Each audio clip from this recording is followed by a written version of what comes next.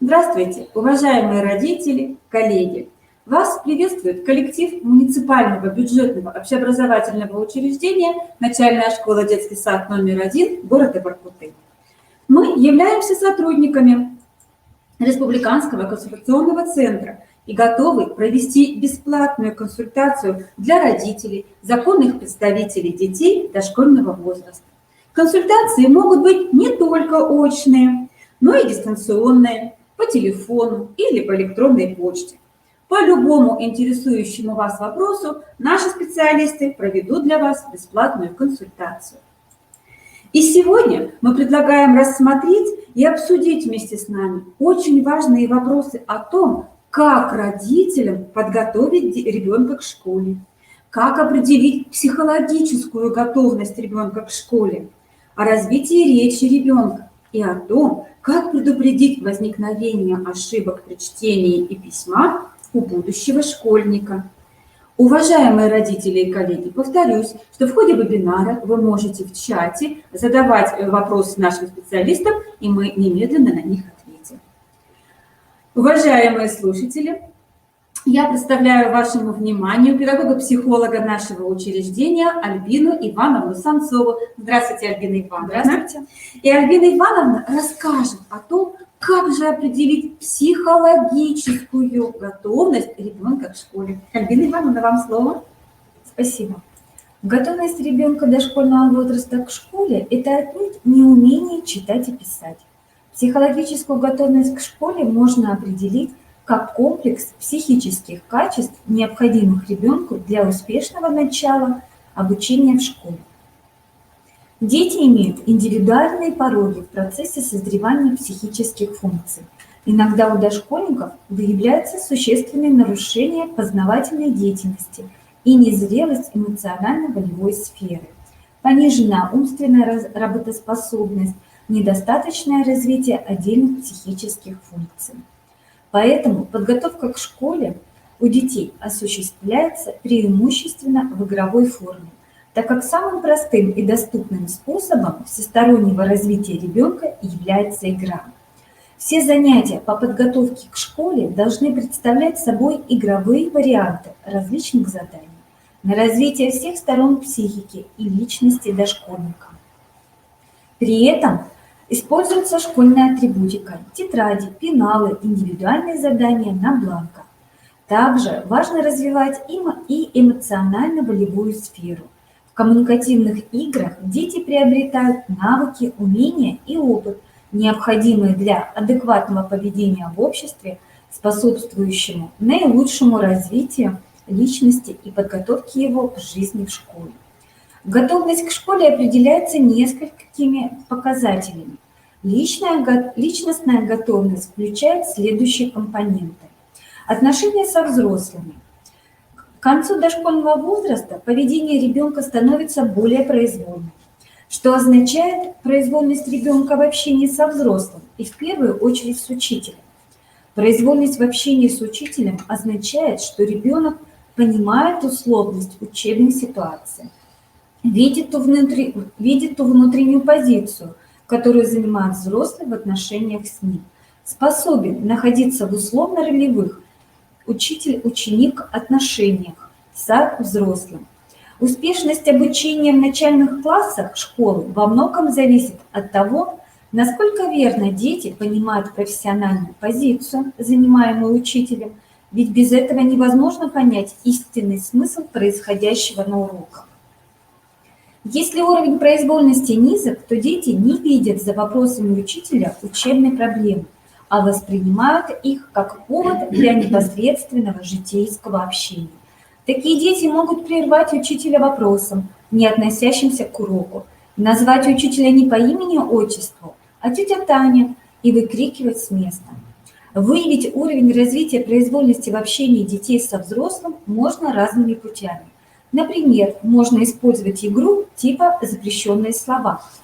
Дети отвечают на вопросы взрослого, не употребляя каких-то заранее оговоренных слов.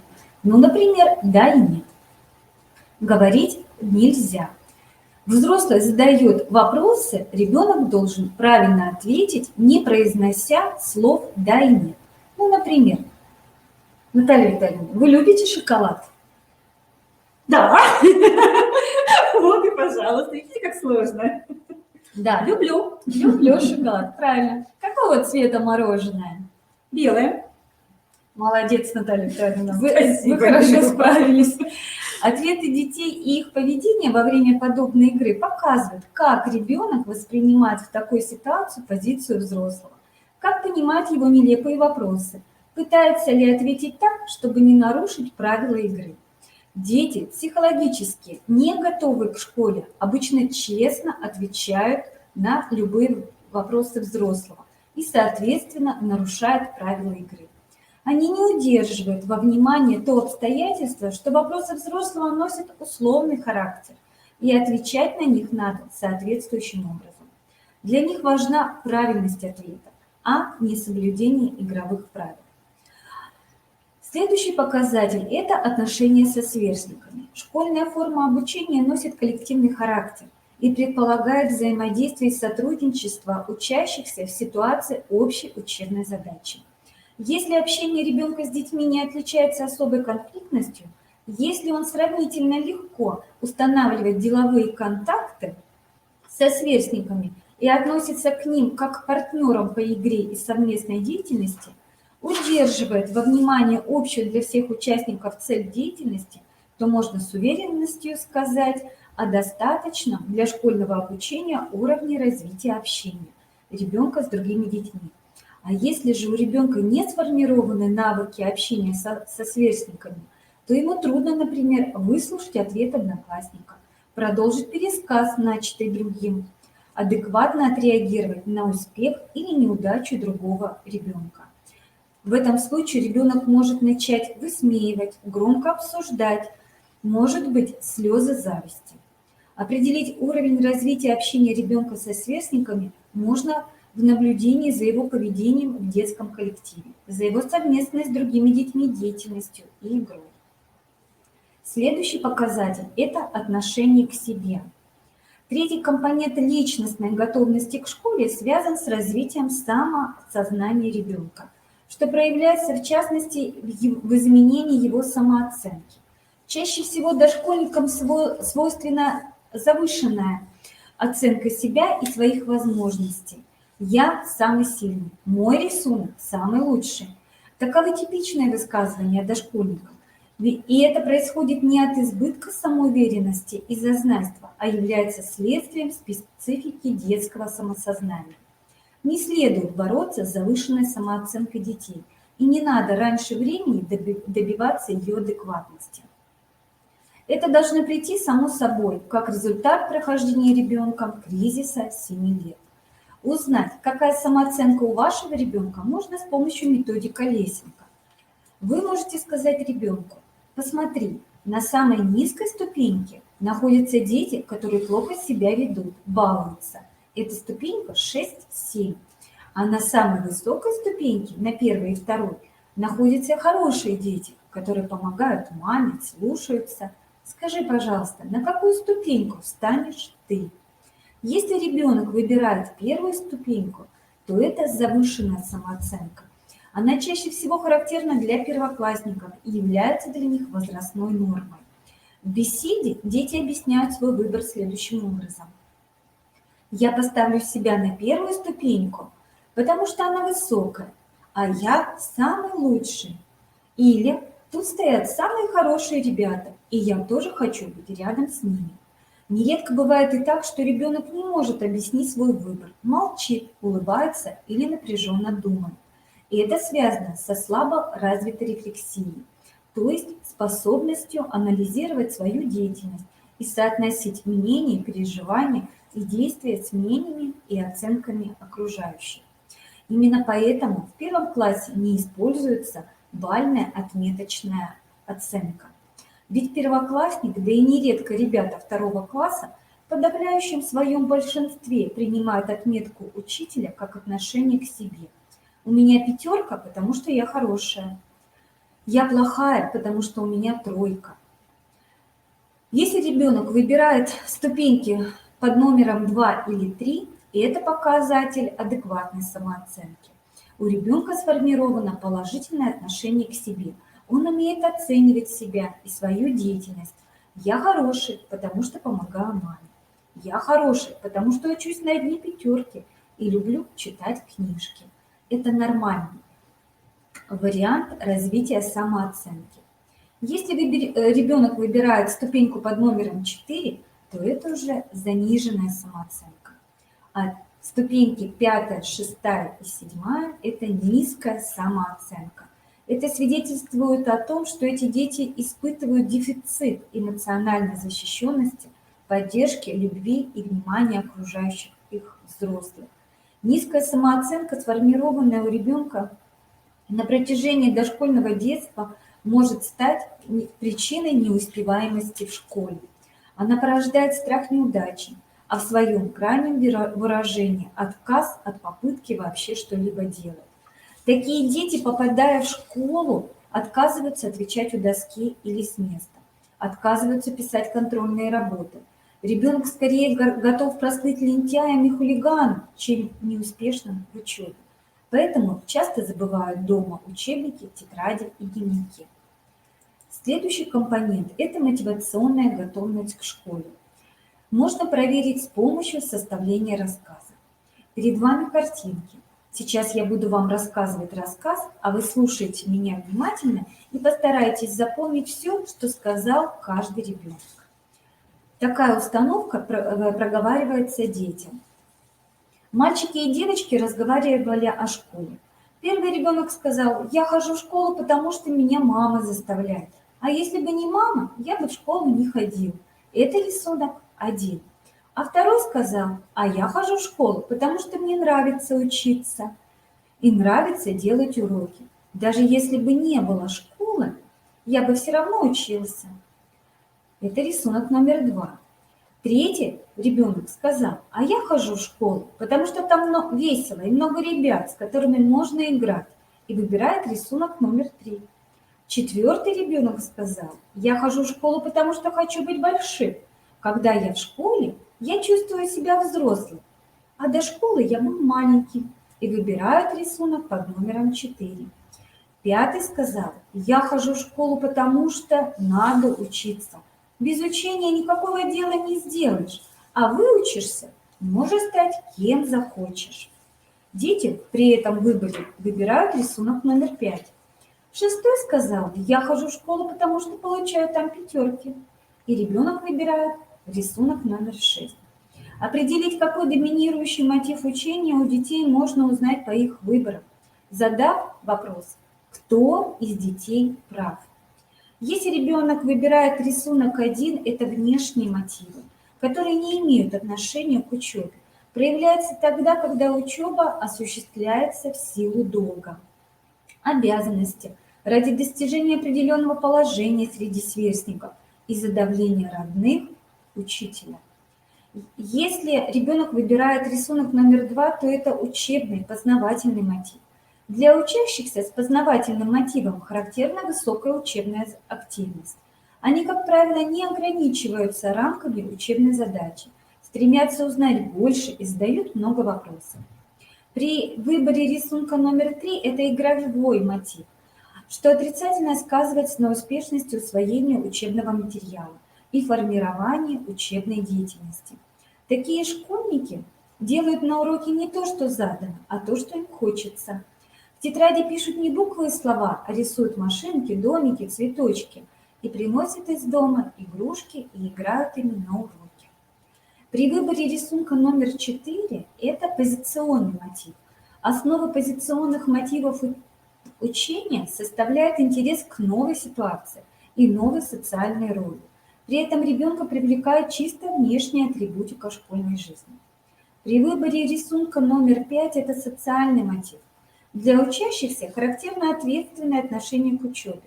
Они сосредоточены на уроке, внимательно слушают педагога, старательно выполняют задания, обращаются за помощью, если что-то у них не получается. И их не нужно заставлять выполнять домашние задания. Они, как правило, выполняют их в полном объеме, переживают, если что-то не успевают сделать. При выборе рисунка номер 6 это оценочный мотив. Он основан на свойственной детям потребности в социальном признании, и одобрение взрослого. Ребенок очень чутко реагирует на настроение значимого взрослого. Порицание, отвержение, отказ от общения, как наказание за проступок, вызывают переживание эмоционального дискомфорта.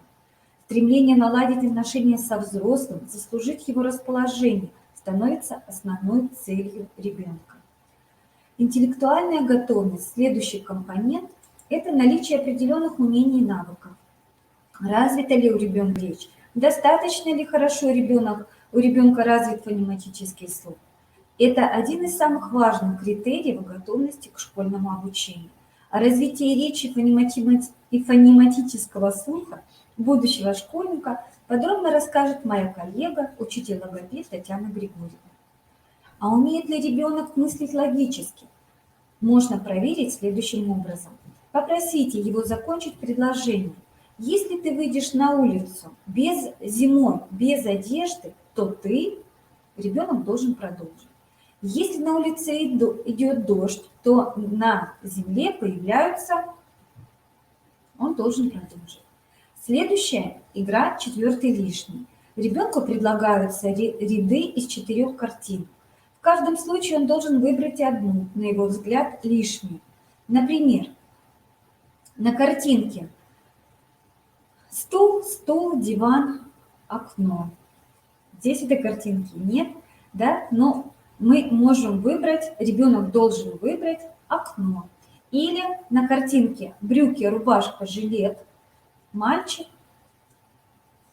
Ребенок должен выбрать, например, мальчик, что это будет лишним, потому что все остальное одежда. Или вот на предложенных картинках яблоко, груша, вишня, арбуз будет лишним арбуз, так как это ягода, а все остальное фрукты.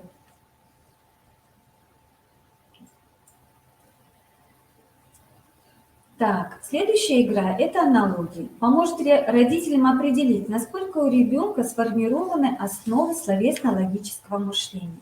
Ребенку называют 3 слова. 2 из них являются парой, и от малыша требуется подобрать к 3-му слову пару по аналогии с первым. Ну, например, елка и елочная игрушка, они являются парой. А к Деду Морозу мы должны выбрать из ниже предложенных картин. Наталья Витальевна, что мы выберем? Правильно, подарок. Следующая картинка.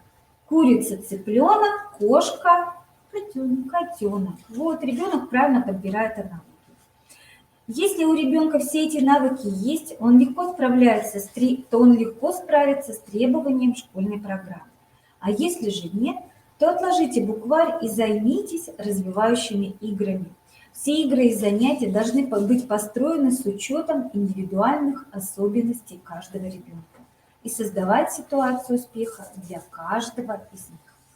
Большое спасибо, Альбина Ивановна, за столь развернутый рассказ и рекомендации родителей. Я очень надеюсь, что они вам очень пригодятся в жизни. Спасибо большое. Спасибо, Альбина Ивановна. А вот о том, как предупредить возникновение ошибок чтения и письма у будущего школьника, расскажет учитель-логопед нашего учреждения Татьяна Григорьевна Тихонова. Доброе утро. Доброе утро. Доброе утро, коллеги, доброе утро, участники вебинара. Всем известно, что ребенок с хорошо развитой речью легко вступает в общение с окружающими. Думаю, вы согласитесь со мной, что неясная речь весьма затрудняет взаимоотношения людей друг между другом и нередко накладывает тяжелый отпечаток на его характер. Остро встает вопрос о чистоте детской речи с приходом ребенка в школу. Почему? В школе недостатки речи сразу вызывают неуспеваемость ученика. С первого дня пребывания в школе ребенку приходится широко пользоваться речью, отвечать в присутствии всего класса, задавать вопросы, читать вслух. Эти недостатки обнаруживаются сразу. Как предупредить эти недостатки? Одним из важных условий воспитания правильной речи является хорошо развитый фонематический слух. Рассмотрим роль слуха, в частности фонематического формирования речи детей. Слух является непременным условием формирования речи. Ребенок начинает говорить только потому, что у него есть слух. Фонематический слух – это способность воспринимать на слух и точно дифференцировать звуки речи. Дети с хорошо развитым фонематическим слухом довольно рано осваивают основные звуки родного языка. В силу физиологических особенностей они еще не могут правильно воспроизводить все фонемы родного языка, но при этом хорошо осознают тонкость их произношения. Например, трехлетний мальчик Рома, ему стоит вопрос: «Как тебя зовут?» Он отвечает: «Йома». «Тебя зовут Йома?» «Не Йома, а Йома. Я букву Е не выговариваю». Здесь уже видно, что ребенок начинает слышать звуки родного языка в соответствии их с фонетическими признаками. Он узнает неправильно произносимые звуки, а также способен проводить анализ различий между правильным и неправильным произношением. В возрасте 5-6 лет уже довольно высокий уровень развития фонематического восприятия. Дети правильно произносят звуки родного языка. У них формируются тонкие дифференцированные звуковые образы слов и отдельных звуков. Недостаточное развитие фонематического восприятия тормозит процессу звукообразования у ребенка. Звуки, как правило, формируются с большой задержкой и всегда искажены. Какова же роль хорошо развитого фонематического слуха? Первое. Чем выше уровень развития фонематического слуха, тем быстрее происходит становление фонетической стороны речи. То, о чем мы говорили, чем лучше развит фонематический слух, фонематическое восприятие, тем чище ребенок говорит, и взрослые это все замечают. От степени развития фонематического слуха зависит правильность формирования лексико-грамматических средств языка. Снижение фонематического слуха негативно отражается на формировании навыков письма и чтения, что очень важно сейчас, в момент, когда вы готовите ребенка к школе. Исследования, проведенные еще в начале 20 века Розой Евгеньевной Левиной, это основоположник логопедии советской, и группой ученых показали, что в письменных работах учащихся начальных школ есть группа специфических ошибок на письме, обусловленных недостаточным развитием фонематического слуха. Например, в первой группе ошибок обнаружены замены на письме букв, например, «то-то» вместо «тетя». Вторая группа ошибок обусловлена тем, что нарушена у детей слоговая структура в устной речи. То же самое происходит и на письме. Например, пишет ученик «титатица» вместо «воспитательница». У ребенка с недоразвитым фонематическим восприятием тяжело будет формироваться процесс чтения и письма. Будут наблюдаться многочисленные ошибки на письме. Перед вами как раз работа ребенка, который поступил к нам с тяжелым речевым нарушением. Смотрите, что делается ребенок второклассник.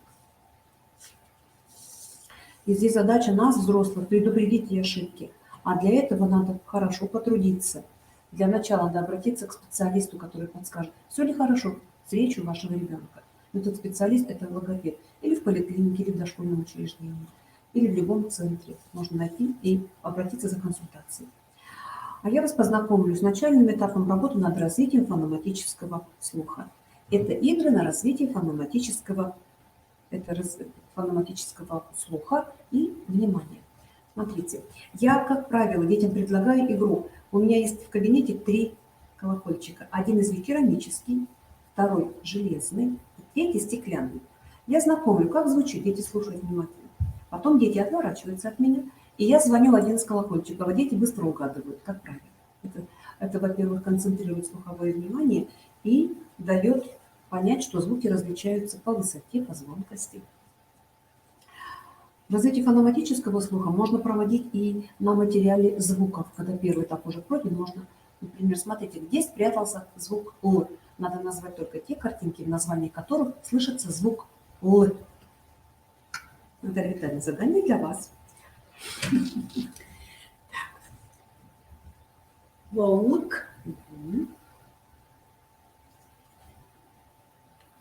булавка. Вот еще кто заметил какое-то слово пропущено? Птица. Дятел. Птица. Дятел, вот это, да, правильно. Спасибо. Или посложнее задание. Надо составить слово по первым звукам. Смотрите, здесь у ребенка уже должно быть довольно хорошо развит и фонематический слух, это природный слух, и фонематическое восприятие. Фонематическое восприятие – это такой специальный термин, который включает звуковой анализ и синтез. Чтобы собрать слово, надо ребенку сначала потрудиться, включить мыслительную деятельность и выделить первый звук. Например, назвать картинку, выделить первый звук, а потом из этих первых звуков собрать слово. Давайте попробуем. Шахматы. Первый звук Ш. Утка. Первый звук, Наталья Витальевна, У. Бочка. Первый звук Б. Арбуз. А. Какое слово у нас получится? Шу. Это отличное задание для детей в подготовительной группе. Даже для детей, имеющих речевое нарушение, первоклассникам задают такие задания. Они не всегда справляются с ходом, к сожалению, потому что здесь нужно иметь довольно хороший фонематический слух, фонематическое восприятие, концентрацию внимания. Надо еще не забыть, что в слове, допустим, бочка, первый звук Б. То есть такая сложная работа, но очень полезная. Давайте с нижним рядом. Собака. Первый звук С. Утка. Первый звук У. Помидор. Первый звук П. Ну, какое слово спряталось? Суп. Отлично. Наталья Витальевна готова к школе.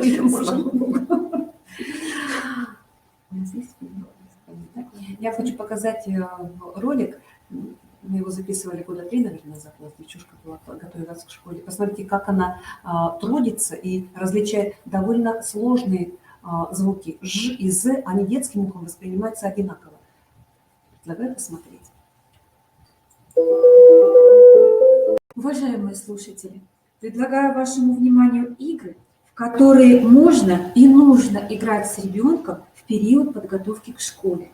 Данные игры рекомендует учитель-дефектолог нашего учреждения Акимова Ольга Владимировна. У вас растет ребенок. И, конечно, вы пристально следите за его развитием, радуетесь его успехам и огорчаетесь его неудачам. Вам хочется, чтобы ваш малыш вырос самым умным, самым способным, и вы начинаете учить ребенка буквам буквально с его рождения. И вот наступает момент, когда для полноценного умственного развития вашего малыша становятся необходимыми систематические и обобщенные знания. Но для того, чтобы эти знания не просто загромождали память ребенка, а способствовали развитию мышления, памяти, внимания, обучение должно проводиться особым образом, опираться на игру, на собственные действия детей с предметами, их изображениями, схемами и моделями. В какие игры можно играть дома? Обычно, когда родители занимаются своими домашними делами, уборкой квартиры, приготовлением пищи, стиркой и так далее, бесконечными домашними делами, ребенок или играет со своими игрушками, или смотрит телевизор, или у него гаджет в руках. Попробуйте заниматься с ребенком тогда, даже тогда, когда вам кажется, что сделать это невозможно. Например, когда вы готовите пищу или делаете уборку в комнате. Итак, игры на развитие мелкой моторики. Если вы печете пироги, предложите ребенку на рассыпанной ровным слоем муке нарисовать картину, написать буквы, цифры. Если вы готовите яичницу, предложите ребенку мелко-мелко поломать кусочки яичной скорлупы и составить из кусочков картинки, как из мозаики. Но скорлупу, наверное, сначала мы вымоем. Да? Если вы варите макароны, и предложите ребенку сделать из них бусы. Предложите ребенку обвести на бумаге любой домашний предмет. Ну, например, штриховать карандашом в различных направлениях, горизонтальными, вертикальными или наклонными линиями. Игры на развитие памяти. Попросите ребенка внимательно посмотреть и запомнить, какой была комната до уборки. Во время вашей уборки ребенок ее рисует, как умеет, схематически. После уборки ребенок должен сравнить комнату до уборки и после, найти отличия, а рисунок поможет ему в этом. Попросите ребенка побыть в роли наблюдателя. Он должен внимательно следить за вами в течение какого-либо времени, ну, например, 50 минут, а затем назвать по порядку все ваши действия. Для тренировки зрительной памяти хороша такая игра. На столе лежит несколько предметов, ребенок на них смотрит, запоминает, а затем отворачивается. Вы убираете или добавляете какой-либо предмет, а малыш должен его назвать. Можно так играть прямо на кухне, когда вы готовите еду. Не обременительно, но эффективно. Главное, чтобы ребенок находился подальше от опасных предметов. Для развития памяти также нужно пересказывать сказки, стихи, которые вы читаете ребенку, рассказывать вечером, какие звуки, предметы, запахи он слышал, видел, ощущал за день или за какой-либо промежуток времени, например, пока ужинал. Пересказывать события в мультфильме, который он смотрел вчера. И при этом нужно вспоминать, какой из героев что говорил, что делал. Смотреть на любой предмет в течение 30 секунд, а затем либо нарисовать, либо словесно описать его. Игры на развитие внимания. Посоревнуйтесь с ребенком. Вы ищете предметы, начинающиеся на букву «П» или на любую другую букву. На кухне, а он в комнате. Делая уборку в комнате или готовя пищу, можно сыграть в такую игру. Вы называете любые слова, читаете стихотворение, рассказываете сказку или поете песню. А ребенок должен хлопнуть в ладоши каждый раз, когда встретится слово, начинающееся на любую предложенную букву, например, К, М и так далее. Для развития внимания также нужно учить ребенка выполнять несколько дел одновременно. Например, слушать и рассматривать иллюстрации, читать и слушать, слушать и рисовать. Вот, например, задание для ребенка. Рассмотри внимательно нарисованную картинку. Вы ее видите на слайде. Пока ты ее будешь рассматривать, я буду читать стихотворение. Слушай внимательно. Скачет сито по полям, а корыто по лугам. За лопатою метла вдоль по улице пошла. Топоры-то, топоры, так и сыплются с горы. Испугалась коза, растопырила глаза. Что такое? Не пойму, ничего я не пойму. Когда вы закончите читать стихотворение, закройте картинку и задайте ребенку следующие вопросы. Кто был на горке? Кто был под горкой? Что девочка делала в песочнице? Кто качался на качелях? А какое время года на картинке? Какие предметы перечислены в стихотворении? Кто испугался и растопырил глаза? Чем больше ребенок даст правильных ответов, тем больше, тем лучше у него развито внимание. Задание для ребенка может быть такое еще. Раскрась картинку. Пока ты ее будешь раскрашивать, я буду тебе читать сказку. Уважаемые родители, вы можете выбрать любую сказку. Слушай внимательно. А после прочтения сказки задайте ребенку вопросы по картинке. Можно попросить обосновать выбор цветов. И по сказке, как в предыдущем задании. Кто изображен на картинке, какое время суток на картинке и так далее. Игры на развитие мышления. Для того, чтобы оба полушария мозга ребенка работали слаженно, нужны следующие упражнения. Приучить обмениваться информацией левое полушарие, а оно отвечает за умение писать, читать, говорить. Справа ответственным за образное мышление, пространственное соотношение, эмоциональность. Можно с помощью нехитрых приемов. Например, пусть ребенок угадывает фигуры, буквы, которые вы рисуете пальчиком на его спинке. Только пишите не по центру, а справа и слева. Или на ладошках. А можно показывать самые разные фигуры из пальцев. И малыш должен повторять сначала одной рукой, потом другой. И пусть не подглядывает за вами. Игры на развитие пространственных представлений. Например, найди предмет. Играть в эту игру можно в любом помещении. Например, когда вы убираете комнату. Вы загадываете предмет. Ребенок должен его найти, выполняя ваши команды. Шаг вперед, шаг влево, посмотри вниз.